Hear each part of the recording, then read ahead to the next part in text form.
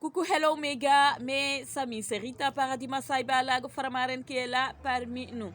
Yéen a ngi ànd ak suñu people TV ci ay chroniqueur Rita comme nu mu koy defee saa su ne tey nag balaa may commencer sama ay chroniqueur damay ñaanal Fambodj moomu mu daal di ànd ak wér rek ba daal di delluwaat ci ay yitteem ndax moom nee naa la dafa am courage mi ngi feebar mais mi ngi ànd ak courage. ku wax korité nag korité bi di waaj a ñëw ku wax korité nag da ngay wax sañse sénégalais yi bëgg a sañse bay bëgg a dee ma di leen ñaax di leen ñaaxaat di leen wax ne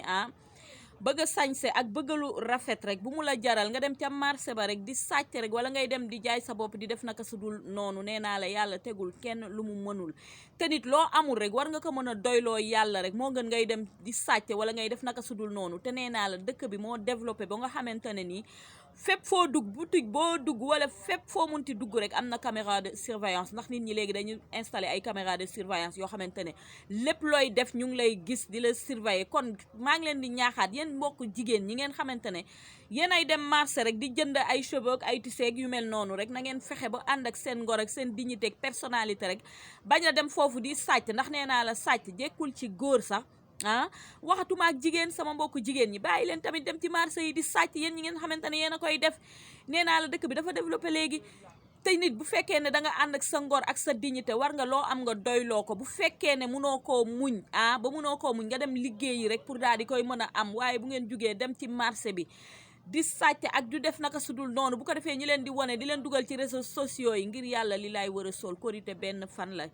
te ay seconde la mu daal di jeex bu ci def loo xamante ne ni da ngay tëdd sa biiram nekk di ko regretter kon tey sama mbokku jigéen ñi laa doon ñaax rek di leen ñaaxaat di leen wax ne sàcc jekkul sax ci góor waxatuma ak jigéen yow da ngay jur wàll yu jur ku nekk kon war nga lépp looy def ci àddina rek nga daal di koy xoolaat ko kon maa ngi leen di ñaaxaat rek di leen wax ne ngir yàlla li laay war a sol bu leen dem ci marché yi di sàcc bu leen dem fenn di sàcc lu ngeen amul doyloo ko yàlla nee na képp ku ci nekk luy sa wërsëg dinaa la ko jox balaa nga fiy jóge kon kay jarul ngeen di dem di sàcc ak di ngati ak di jaay seen bopp ak di def naka su dul noonu ñu di leen jàpp kon tey sama mbokku jigéen yi laa doon ñaaxaat rek di leen wax ne korité benn fan la jarul nga cay dem di sàcc wala ngay def naka su dul noonu nit war nga yére boo sol rek fier ci sa bopp ne yére bi maa ko ñaqal sama bopp ba am ko cheveux boo teg rek war nga fier ci sa bopp ne cheveux bii ma teg de maa liggéey ba am ko waaye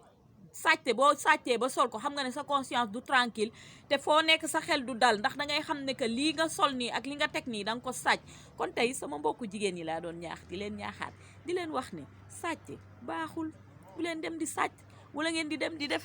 ndaka sudul noonu